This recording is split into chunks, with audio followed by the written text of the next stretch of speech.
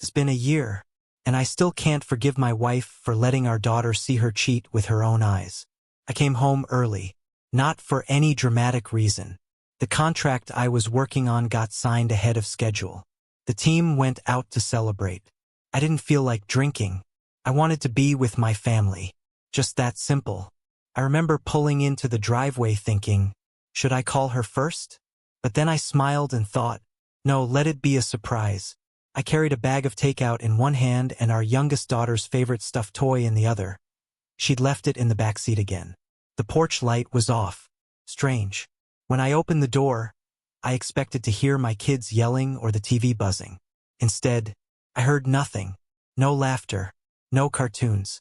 No footsteps running across the floor. Just silence. Until a low sound. Upstairs.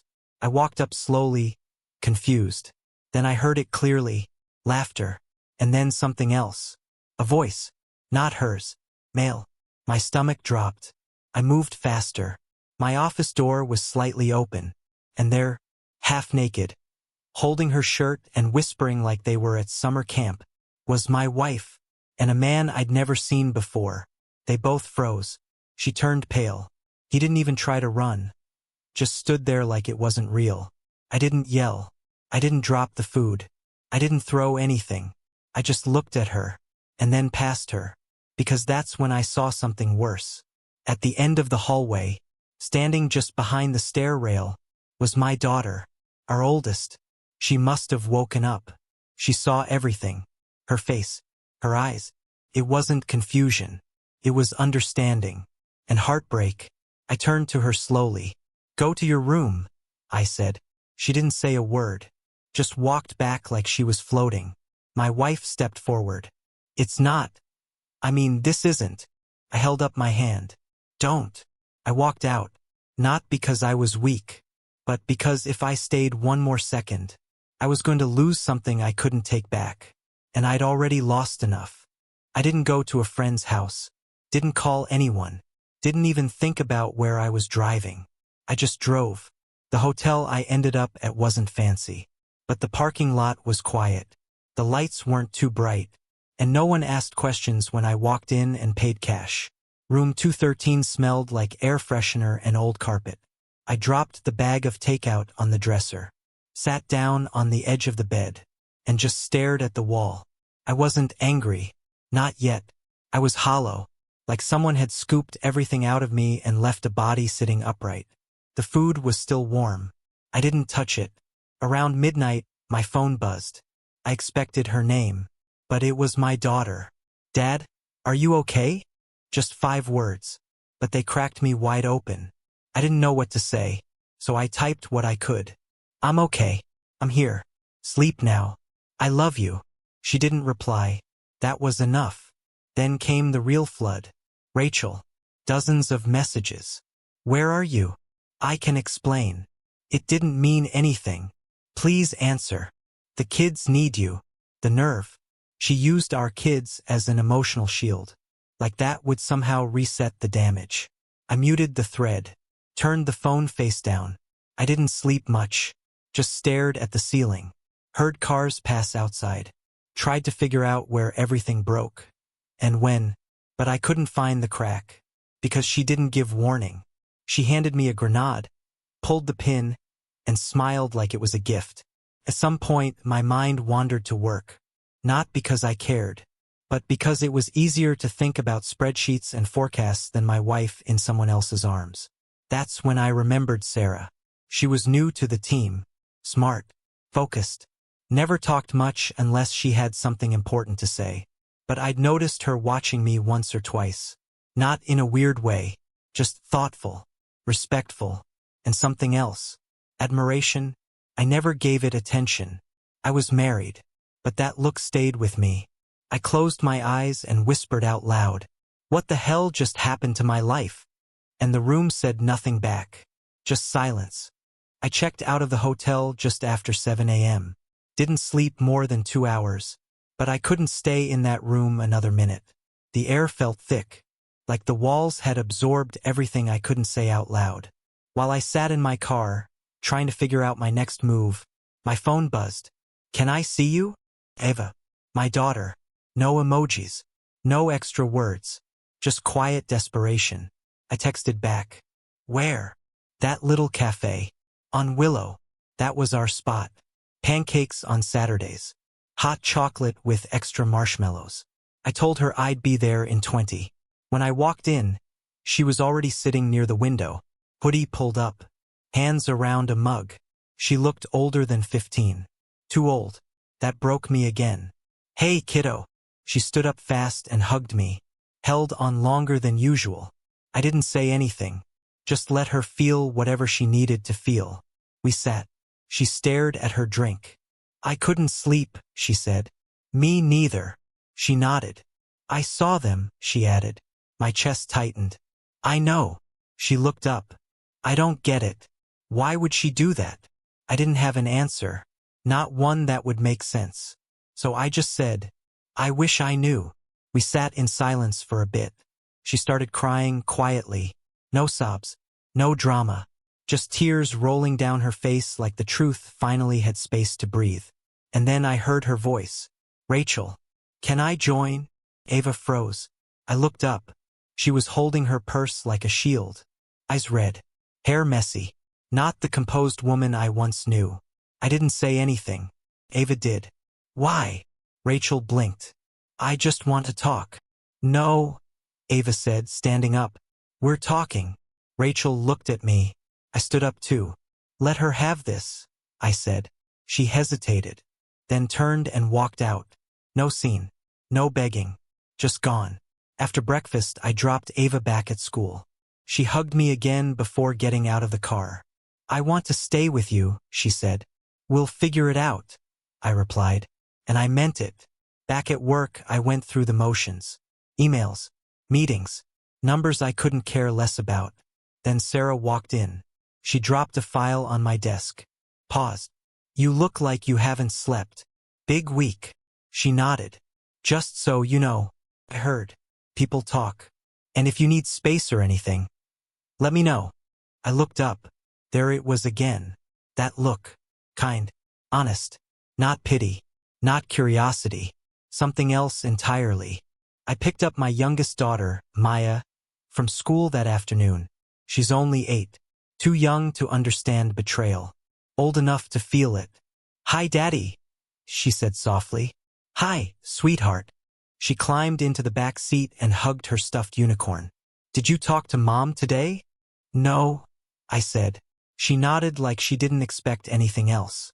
Then she asked something that caught me off guard. Are you mad at me? I turned around fast. No, baby. Why would you think that? She shrugged. Because everything's weird now. I parked the car and looked her straight in the eyes. You did nothing wrong. Ever. Got it. She nodded again. But her eyes didn't clear. And that told me everything. That night, after putting Maya to bed, I finally checked my phone. Rachel had sent a wall of text. Long, emotional. Full of, I never meant to, and please understand. The usual. But one line stood out. It was only once. I just felt alive again. Alive? That word stuck in my chest like a splinter. So cheating made her feel alive? What did that make me? Dead? I didn't respond. Didn't even type a draft. Because I knew the truth. That message wasn't about me. It was about her. She wanted relief, not repair. She wanted to feel less guilty, not make things right. The next morning at work, I was running late. Walked into the office and overheard 2 coworkers near the break room. One of them said, Did you hear what happened with Ethan? The other replied, Yeah. Can't believe he's even standing. Then one more voice. Quiet, calm, familiar. Sarah. I think he's the strongest man in this building. That stopped me cold. Not because I needed validation, but because, for the first time in days, I believed it. The lawyer's office felt like a graveyard for broken promises. Neutral colors, framed degrees, and silence that didn't comfort, it just hovered. He slid the paperwork across the table. I signed without hesitation. I'll file this morning, Mr. Jameson said. Good. You sure about full custody? Yes. You know she might contest it. I'll be ready. I walked out of that office feeling nothing. Not relief. Not fear. Just space. Like something had finally left me, and I was waiting to see what would take its place. Later that day, Rachel texted me again. Can we talk? Just once. No yelling. Just talk. I stared at the screen. My thumb hovered. Then I typed. At the park. Tomorrow. 11 a.m. I'm bringing the kids. Why? Because this isn't just about you and me anymore. She didn't reply. The next morning, Ava and Maya sat quietly in the car. No cartoons playing. No singing along to the radio. Just the kind of silence you learn to accept after your whole family cracks in half. At the park, Rachel was already there. Jeans. Sweater. Hair pulled back. No makeup. No performance. I respected that. I didn't expect all of you, she said, eyes flicking to the girls. They deserve to hear what I hear. She sat down on the bench. I've rehearsed this, she began, 1,000 times. None of it sounds right. Try anyway. She swallowed. It wasn't about him. It wasn't even about love. I felt invisible. You were never invisible, I said. You just stopped looking back. Tears welled in her eyes. I never meant to hurt the girls. But you did. I hate myself for it. You should. Maya looked away. Ava folded her arms across her chest. I want to fix this, Rachel whispered. You can't fix a burned house with band-aids. She flinched. Ava spoke up. You didn't just cheat on Dad. You cheated on us. Rachel's breath caught. And just like that, the moment was over. Back at work, I buried myself in tasks. Numbers. Reports. Anything to avoid the ache. Sarah came by around 4. She leaned on the edge of my desk, holding a coffee. You look like someone who needs this more than I do. Thanks, I said. She didn't leave, just stood there calm, still, present. You know, she said, some people collapse under things like this. I probably will later, I admitted. She smiled softly. But you haven't yet. That counts for something. Before she walked off, she added, if you ever need a break, even just for air, I'm around. Then she left. No flirting, just real. And I realized she wasn't trying to get in. She was waiting to see if I'd open the door. Took me 2 days to reply to Sarah's note. Not because I was unsure, but because I didn't want to confuse gratitude with connection. I'd lived too long mistaking one for the other. Coffee Friday after work? I finally texted. Her reply came quick. I'll be there. Just coffee. Just air. Simple. I liked that. We met at a quiet cafe downtown. No dress code. No soft jazz. Just a few tables, real mugs, and a barista who didn't ask for a name. Sarah was already there. No makeup. Hair tied back. A plain gray sweater and jeans. But something about her felt steady. Like she wasn't trying to be anything but herself. Thanks for coming, I said as I sat down. I should say the same. We ordered 2 black coffees. No sugar. No filler. She didn't ask about Rachel. Didn't mention the rumors. Instead, she said, you know what I admire most about you? I blinked. That you show up. Even now. Especially now. I didn't know what to say, so I said the truth. Some days I don't want to.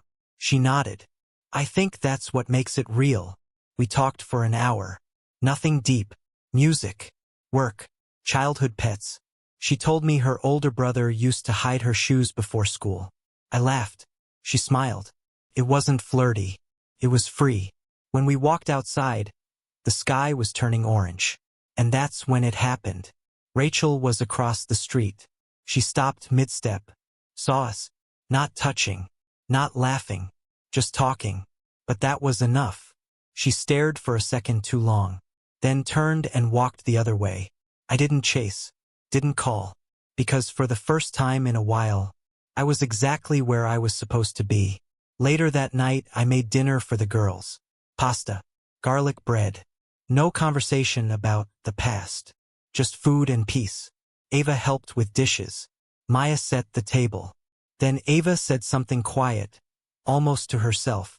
She seems calm. I looked up. Who? Sarah. You looked calm too. I didn't answer, but I felt it. The text came that night. Rachel, again. Are you replacing me? No greeting. No build-up. Just those 5 words. I stared at it for a few seconds, then locked my phone. Didn't even blink. The truth was, she'd replaced herself. With distance. With lies. With a man who wasn't me. And now, when the silence didn't favor her anymore, she called it betrayal. Funny how that works. I didn't tell the girls she'd texted. There was no need. They weren't asking questions like they used to. They didn't wonder why she wasn't at dinner. Didn't ask when she'd be back. They just adjusted. Not perfectly. Not without pain. But with that quiet resilience kids have. When they realize the adults can't protect them from everything. The next few days were uneventful. School runs. Work. Sleep. The deep kind that comes when your brain finally stops spinning. Sarah and I kept it simple. A few texts. A short lunch. Nothing labeled. Nothing forced. Felt like water after fire. Friday afternoon, we ended up in the break room at the same time. She was pouring coffee. I was grabbing a protein bar I didn't want. You have plans this weekend? She asked casually. Not really. Just time with the girls. She smiled. That's good. Family time's rare these days. She stirred her cup, then added, My brother used to say the same thing. I raised an eyebrow. Older or younger? Older. Barely. Tyler. Bit of a mess. But I love him. She chuckled softly. I swear he dates chaos on purpose. My stomach dropped. Tyler. She kept talking, not noticing the change in my face. He's been in and out of relationships forever. Never takes anything seriously. Always chasing something or someone. I stayed quiet, just nodded, because suddenly, the face of the man in my hallway wasn't just a stranger. It was Sarah's brother. After she walked out, I sat at my desk for a full minute, just breathing. Not angry, not shocked, just stunned at how small the world could be. When pain was involved, I didn't say anything to her. Not yet, because I needed to understand what this meant. For me, for her, for whatever we were starting to build. But one thing was clear. This story wasn't over. It was just beginning to twist. Saturday morning, I texted her. Coffee. Just us. Need to tell you something. You okay? She replied almost instantly. I will be. We met at the same cafe as before. Same corner table. Same black coffee. But this time, the silence between us wasn't peaceful. It was holding something. Waiting. She looked at me carefully. You're not smiling today. I've got a reason. I took a breath. Your brother. Tyler. She froze. The cup in her hand didn't move. Then softly, what about him? He's the man my wife cheated on me with. She didn't react right away. Didn't gasp. Didn't run. She blinked. Once. Twice. Then sat back and whispered, You're serious. I wish I wasn't. Sarah exhaled like she'd been hit in the ribs. He never told me her name, she said, eyes distant. Just said it was someone married. Said it was complicated. Her voice cracked on that last word. I stayed quiet, let her feel it, because that pain, I knew it well. I swear to you, she said, leaning forward. I didn't know. I believe you. Her shoulders dropped. But that changes things, doesn't it? She asked. It changes what I thought this was. Yeah. She nodded slowly. Do you want me to back off? I thought about that. I don't want revenge. Not through you. And I don't blame you. But I needed you to know. Thank you for telling me. We sat there a while longer. She told me stories about Tyler as a kid. How he lied about everything. How he once pretended to be adopted for attention. He's always chased mess, she said. And I've always cleaned up after him. You don't have to clean up this one. She met my eyes. I want to. It wasn't romantic. It wasn't flirty. But it was the most honest moment I'd had in years. Because for the first time, I wasn't holding the weight alone. When we stood to leave, she looked at me. What now? I shrugged. I don't know. But this time, I'm not walking away from hard things. She nodded. Then let's not run. The next week was calm. No texts from Rachel. No drama. No confusion. Just 3 dinners with the girls, 2 school runs, and 1 long walk with Max, our dog, where we said nothing but understood everything. Ava started talking more. Not about Rachel. About life. She told me about a book she liked, a teacher she didn't, a friend who switched lunch tables without warning. Maya drew a picture of us, me, her, Ava, and Max. No Rachel. I didn't ask why. I didn't need to. Sarah and I exchanged a few messages. Not long ones. Hope today was kinder to you. Made it through. Coffee tomorrow? Nothing deep, but something about it felt more real than anything I'd shared with Rachel in the last 2 years of our marriage. Then Rachel found out. I don't know how. Maybe someone told her. Maybe she saw us leaving the cafe. Maybe Tyler opened his big mouth, again. But it didn't matter how. It only mattered what came next. She showed up at my door Saturday morning. No warning. Just rage dressed up as concern. You're seeing someone? She asked. The girls were in the kitchen. I closed the front door behind me and stepped outside. Don't do this here. So it's true. I didn't answer. She stepped closer. Let me guess. Sarah. From your office. Quiet. Sweet. Smiles like she doesn't know what you've been through. Still no answer. That made her angrier. You're replacing me with his sister? There it was. You're unbelievable. I finally looked her in the eye. No, Rachel. I'm just tired of being miserable. She stepped back, like I'd hit her. You never fought for us, she whispered. I exhaled. I fought for this family every day you were sneaking around with Tyler. Her mouth opened, then closed. I turned to go back inside. You're just going to walk away? I looked over my shoulder. I did that a long time ago. You just didn't notice. Back inside, Ava looked at me. She was mad, she said. She's confused. About what? About losing something she didn't think could walk away. That night, I sat outside on the porch. Max curled up beside me. The girls were watching a movie inside. My phone buzzed. Sarah, I don't know what this is, but if it's peace, I'll take it. And if it's you, I'll stay for that too. Rachel texted me again. This time it wasn't about me. Can I see the girls? Just for a little while. I need to talk to them. I stared at the message. Felt the familiar twist in my stomach. But it didn't last long. Because I wasn't afraid of her anymore. I asked Ava and Maya that night at dinner. She wants to talk to us? Ava asked. I nodded. Your call. Maya looked unsure. Ava didn't. I'll go, she said. But I won't pretend. We met at the same park. Different bench. Rachel was already there holding 2 smoothies. She smiled when she saw them. Hi, girls. Ava sat. Maya hesitated, then joined her. I stood nearby, far enough to give space, close enough to step in if needed. Rachel started soft. I know this has been hard, and I've made mistakes. Ava folded her arms. Rachel continued, I miss you both. Every day. We live 10 minutes away, Ava said. Rachel blinked. I mean, I miss being with you.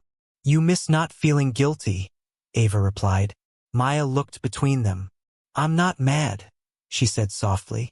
I just don't like how everything feels different now. I didn't want to hurt anyone, Rachel said. But you did, Ava shot back. And you still act like you deserve to be the one hurting the most. Rachel started to cry. I stayed where I was. Not because I didn't care. Because it wasn't my job to save her anymore. Back home, the girls were quiet. Until Maya spoke. She smells different. Ava laughed. What? Like sadness. And something fake. I didn't comment. They were figuring it out on their own. And that meant everything. 2 days later, I invited Sarah over. Not for dinner. Not for anything serious. Just to bring a book Maya forgot at the office. But Ava saw her at the door. Is that Sarah? Yeah. She coming in? I hesitated. Then opened the door wider. If she wants to. Sarah smiled gently. Only if it's okay with them. Maya peeked out. You're the nice lady from Dad's office. Sarah laughed. I try to be. Ava stepped aside. We've got snacks. Sarah looked at me. I shrugged. Guess you're staying. It hit me on a random Thursday afternoon. We were in the kitchen. Maya was making a mess with peanut butter. Ava was pretending to help. Sarah was sitting on a stool, sipping coffee and laughing at something dumb I said. And I felt it. Not excitement. Not butterflies. Peace. That rare kind of stillness you don't notice until you realize you've been holding your breath for months. Sarah didn't try to win the girls over. She just showed up, helped out, listened. Maya liked her stories. Ava liked her calm. And I liked how none of it felt forced. That weekend we went out, just to the bookstore and a nearby cafe. Simple stuff. We took one car. Sarah sat in front. The girls in back arguing about which drink to order. We laughed. Loudly. People stared. Not because we were strange. Because we looked like a family. That's when Rachel saw us. We were leaving the cafe. She was across the street. Shopping bag in hand. Sunglasses on. But I could see it. The hesitation. The long stare. The part of her that realized she'd been replaced. Not out of revenge. Out of growth. She crossed the street. Fast. Determined. Hey! She said, eyes on me. Hey! Sarah stepped back, gave us space, instinctively protective of the girls. Rachel looked at her. Then at them. Then back at me. Really? I nodded. She's not some rebound, Rachel hissed. I know. You think this fixes everything? No, I said. But it doesn't have to. She stared at me, waiting for something. Regret. Anger. Maybe guilt. I gave her none. Because I didn't owe her any. Ava stepped forward. Is there a reason you're here? Rachel flinched. I was just. We're fine, Ava said. You can go. Sarah gently reached for Maya's hand. We all walked away. And for the first time, Rachel didn't follow. That night, Ava came to my room. She stood in the doorway. You're different now. I turned down the volume on the TV. How so? You're not heavy anymore. I smiled. Neither are you. Sarah and I hadn't really talked about what we were. There were smiles, small touches, quiet dinners, and shared looks that said more than any label could. But no, what are we? Conversations. Not until she asked. We were cleaning up after a simple dinner. Just the two of us. Girls were already upstairs. Sarah leaned on the counter. You ever think about where this is going? I looked up. Every day. She smiled, but it didn't reach her eyes. I don't want to be the next chapter in a sad book. You're not. I mean it. She wiped her hands on a towel, avoided my gaze. You've been through enough. Your girls too. I don't want to crowd the space where they heal. I stepped closer. You're not crowding. You're adding light. She didn't respond right away. Then, you sure? I nodded. They're ready. I'm ready. Even after Tyler? Especially after Tyler. She blinked. You don't think that's weird? I think it's ironic. We both laughed. And just like that, the weight broke. I invited her to dinner the next weekend. Not casual. Not surprise. Planned. With the girls.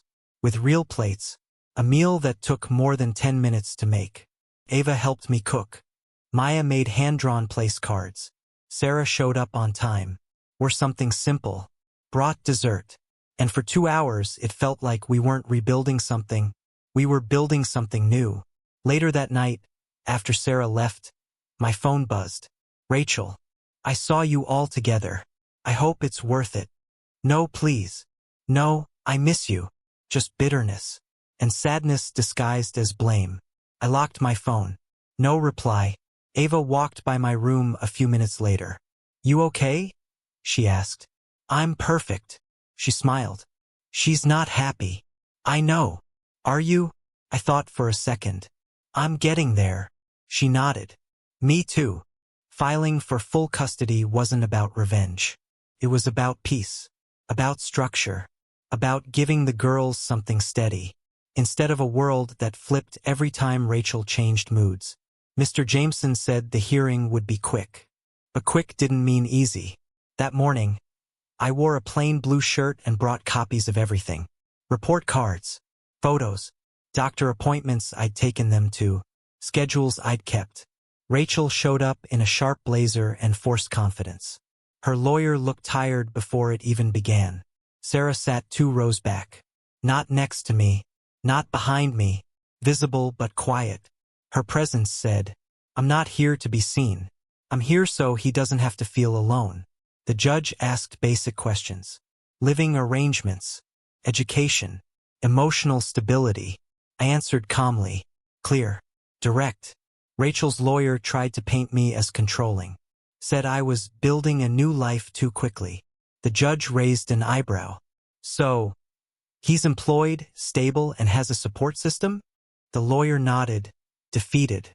The judge turned to Rachel. Did you really bring another man into your home? While married, with the children present? Rachel looked down. I didn't mean for them to see. But they did. Yes. Silence. Took 15 minutes after that. The judge granted me full physical custody. Shared legal for now. Rachel didn't speak. Just signed the paper with a hand that trembled. Outside the courthouse, Sarah waited near the steps. The girls were with my sister for the day. I hadn't told them anything yet. Sarah didn't say congrats. Didn't cheer.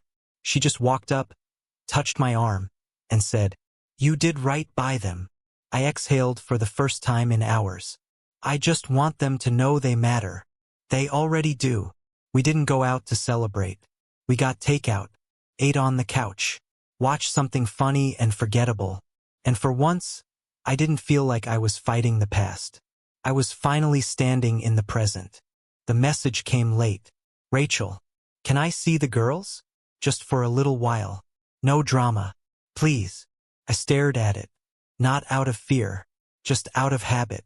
I'd spent so long bracing for impact that even silence felt suspicious. I showed the message to Ava the next morning. She read it, handed the phone back. Up to you, I said. She can have an hour, Ava replied. But no fake crying this time. Maya just shrugged. They met at a local park. Open space. Public. No private corners to twist emotions in. I stayed nearby. Let them go alone. Not because I didn't care, but because they didn't need me to stand between them and the past anymore. It lasted 40 minutes. I watched from a distance. No yelling. No tears that I could see. Ava spoke most of the time. Maya listened. Rachel tried to hold their hands. They didn't pull away, but they didn't reach back either. When it was over, they walked back toward me like it had been a dentist visit. Something necessary. Not pleasant. Not scarring. Just done. She brought cookies, Maya said. Store-bought, Ava added. Still stale. We laughed. And drove home listening to music that had nothing to do with yesterday. Sarah came by later that evening. She didn't ask what happened. Just helped Maya with a school project. And let Ava vent about a group text that went wrong. She didn't press herself into the room. She just fit. After the girls went to bed, we sat on the porch.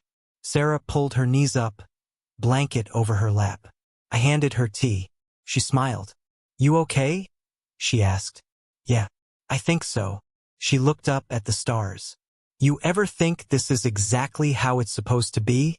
I looked at her, at the house, at the quiet behind the windows. I used to think peace was boring, I said. She laughed. And now, I think I finally understand what it costs. A year passed faster than I expected. The court stuff settled. Schedules clicked into place. Sarah moved in slowly, carefully. She didn't come in swinging. No boxes on day one.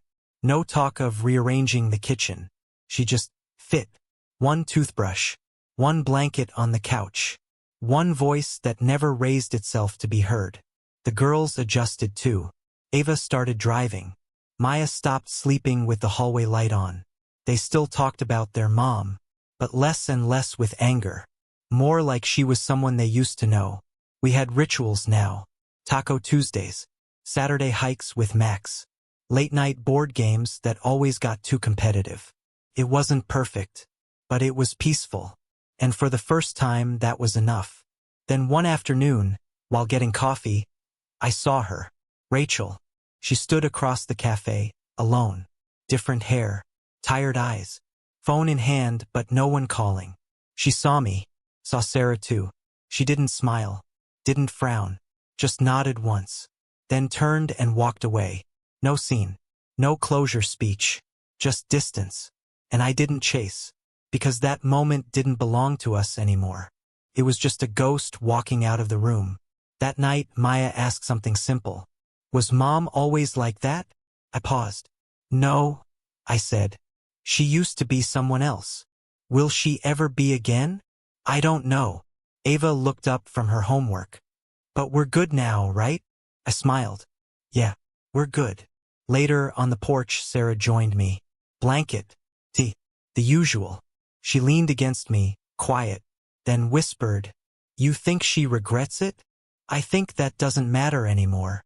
She nodded, and we sat there watching the sky turn soft. No more battles, no more begging, no more looking back, just forward. And for once, that was enough.